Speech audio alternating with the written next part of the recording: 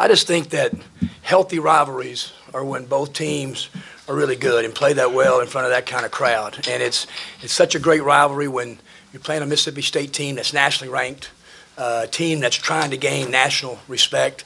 And what a great atmosphere in Humphrey Coliseum. We talked about it, about our team going to go through pockets of adversity against good teams like this. And these guys have heard us say it since we've taken the job the first day. The toughness things that we go through in practice hopefully builds you for these kind of moments. So hats off to Mississippi State. They're going to a lot of games in our league. Ben's doing a great job. So proud of our team, though. Proud of our fans, proud of our players, and it was just a great, great win for us. Kermit, it looks like Blake has been more aggressive offensively the last few games. Do you see that, or what do you attribute that to? He's a little too aggressive in those dribble threes in the very end, right, Blake? Yeah. No, he puts in so much work, Parrish. I mean, Brian can tell you. I mean, three guys are getting in the gym, Dom's a fourth. Blake's there every day early. Every day early. I mean, you just hear him. When he gets in the gym, he runs in full speed. That's just kind of how he's built. And so good things happen to guys that work like he does. And what a great, national TV against, I think, one of the best four-men in college basketball at Holman. I mean, Blake showed up in a huge way. There was a period in the late first half, I think you guys got down 10. Terrence had his third foul. It looked like they were really kind of claiming the game a little bit. What changed from there that let y'all get back in? I thought that I just told Clark on an interview that I thought the last probably 6 minutes was the key to the whole game because it was 10. We were kind of spiraling a little bit. Mississippi State had momentum. TD got his third. And then I just thought we kind of held tight. Devontae Shuler made some big plays in the end of that, in that first half. We finally went to a zone and got them stopped somewhat. We just kind of stopped the bleeding and got into halftime because we looked at the stats. We're getting out rebounded. They're up in 50-50 balls. They're shooting 50%, and we're only down 2. So we felt good at half. Brian, you hurt your shoulder earlier than you could be. That way up there at the end. What kind of was the pain like for you, and how were you able to battle through it? It was severe pain to begin with, but in a game like that, adrenaline takes over. And, while I was on the court, no pain for me. You seemed in pretty quick, too, after you got back. And then what was the report you got? Yeah, I mean, it was legal, too. It was legal. It was a good, hard legal screen. He just hit shoulder to shoulder. And I was just so happy when they said that Briam was available, and so it just shows a lot for his testimony, his character, and his toughness to come back, and play, and then continue to play when he came back. And it didn't go as great for him. Didn't make a lot of shots, but just played. And that's just what experienced guards, experienced players, you got to draw from those guys. So that was one of the key elements of us winning the game. That's the second road game you guys have run pretty good offense down the stretch. How much of that is Devontae? A lot. It really is. I mean, he's a stabilizer on our team. He runs sets. He's so unselfish, and he gets us into what we're trying to do. And these guys can tell you. I mean, we got Brian and TD and all these guys, but Devontae, he plays most valuable player minutes every game for us. Blake, I know you say you're not a freshman, but in a game like this, you took a lot of big shots. Was that just you felt like you had to for this team, or you just felt the hot hand? It's just kind of feeling it, and my teammates looking for me too. I mean, in the huddles, every time I come in the huddle, they tell me keep shooting it, breathe. All the players would tell me, to keep feeding it to me, and they would find me open. So I was feeling it, and they, that they know I was feeling it too, so they'll give it to me to shoot. You seem to really enjoy yourself in this first experience of the rivalry game. How kind of was it for you? It was super fun. I love basketball, and this is a great basketball atmosphere, and I was loving every part of it.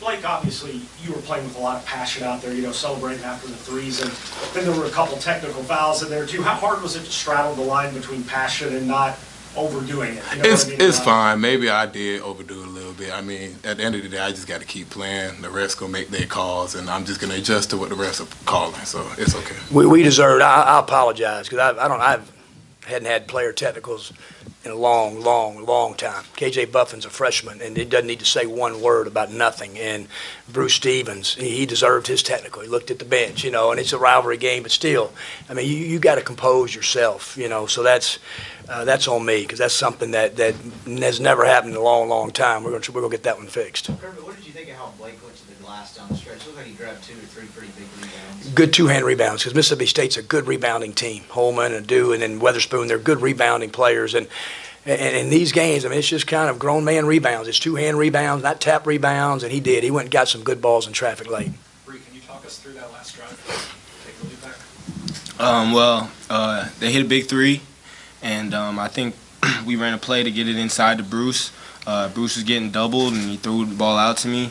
Team spaced out, and I kind of saw the player guarding me was kind of looking behind for a screen. I just attacked him, wide open layup. I mean, that's the best look you want to get at the end of the game. So, shot went in. We played well defensively, closed out the game with free throws, and great win for the team. Brian, how nice was it? I know that Auburn game wasn't your best game, but to have some really big shots when you needed it down the stretch. What changed for you this game, you think? Just letting the game come to me. I know I got hurt in the beginning, but watching the film with Coach in the Auburn game, I was kind of forcing a lot of my shots.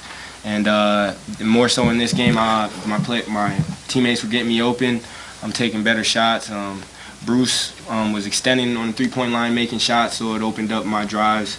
And, you know, you just got to credit coaching the system and getting us really good looks. Brian, you typically have had good games in this rivalry. Well, why do you like playing this game?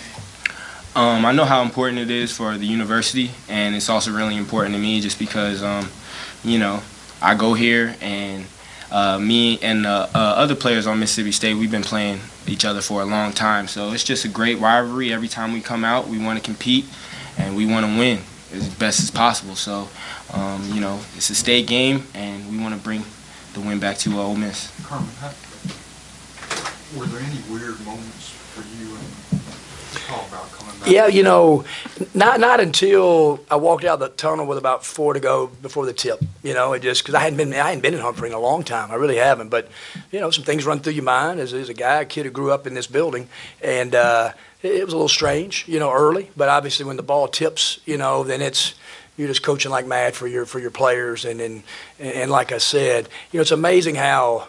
Good Lord, he kind of puts you in places that you should be. And my path is exactly right for Ole Miss. It's a special place. We absolutely love it. And I'm at the place that I need to be at, and but have so much respect for Mississippi State and their program. Kermit, it ended up being moved, but you looked pretty upset on that out under that led to a three. Was that a miscommunication? Total. It was just total. I mean, we're in man. We're in man. And TD, remember that they were going to call the foul on TD. And they said the ball wasn't in play yet, so he hadn't given it to him. And then T just stopped playing. He just stopped playing, and all of a sudden they just lob it over, and it was amazing. So, but it's just where it was, you know. But like I say, we responded from that. He made other really good plays in the game, but yeah, it was a total breakdown on us. You guys, Kermit, are obviously about to get a lot of national attention after this week. You're probably going to get into the AP poll, all of that stuff. How do you anticipate this team handling the success that? I think we're going to handle it great. I really do. I mean, just after the Vanderbilt game, how we handled Auburn, after that emotional win against Auburn, how our guys came out in practice and paid close attention to detail. I mean, we're in a hotel ballroom this morning at 7 o'clock, and these guys were bright-eyed and paying attention right to the scout. And so the only thing I can tell you, I can let you know in practice, you know, and I can let you know in about 15 minutes if our team's going to respond, and we're going to go play a really good LSU team at home, but it should be an electric atmosphere in the pavilion on Tuesday. Brian, how do you think y'all will respond? I think, well, same what Coach said, you know, he gives us the practice plan, he gives us a scouting report, and I tell my teammates all the time, I think the key to this team is the scouting report that Coach gives us, we just got to attack it when it comes to practice. That way when game time comes, we're ready and we know what to do.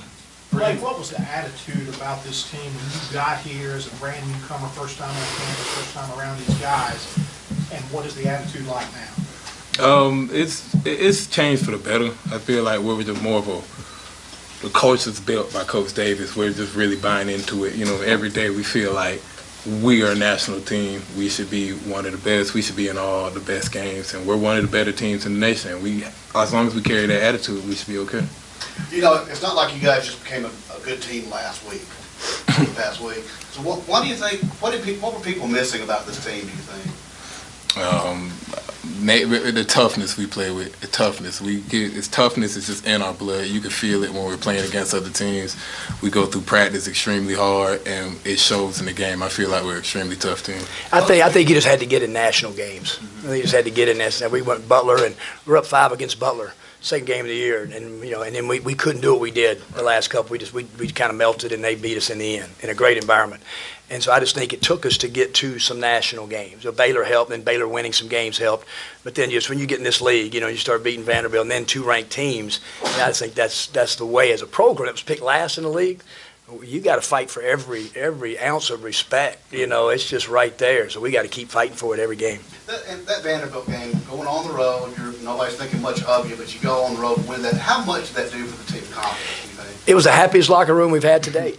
It was the happiest locker room. I mean, this was an unbelievable win. Don't get me wrong, but it was just, I think, because these guys had not had a lot of success on the road last year, and just to win that first one, I could just feel how proud they were to do it. And that's all we've talked about, guys, is trying to do things to win on the road. And so it was just like we did it. And I think just the confidence level for that game helped us a bunch. Kermit, you talked about that stretch late in the first half. There was a similar stretch early in the second half where they looked like they were starting to make a run. What was the difference there? Yeah, I saw Mississippi State came out and played so much harder than we did early. We missed a couple baskets. They made a couple blocks and athletic plays. I couldn't tell you one particular point. I just think our team, we've done this all year. We've just kind of can play through pockets of adversity and just settle in and get stops when we need to. I'd like to tell you some adjustment. It really wasn't. It was just these guys kind of holding course and finally getting some stops and scoring some balls. Coach, you only coach one team, but should Mississippi State folks be worried about what's happened? They're 0-2 in the conference. Absolutely not. Absolutely not. I mean, you think they could easily be 2-0. I mean, they lose to a good South Carolina team on the road. This was an unbelievable game here against hopefully maybe another top 25 team on Monday. And so, no. I mean, it's just that their team is going to win a bunch of games, too much experience. Ben's too good of a coach. They're going to win their fair share for sure. Kermit, have you always used the bench so much to help you coach? I mean, yeah. It just, we were at, tell me your philosophy. well, I don't want a bench that's just running over each other, but, we have a lot of things in scouting with calls, so a lot of that is calls being relayed to our players, about just maybe some things that they're running. And so those are things that's a part of scouting. And I do. We have a really good staff. I trust those guys a lot, and I give those guys freedom to coach and make suggestions on the bench. All right, thanks, guys. Thank you, guys.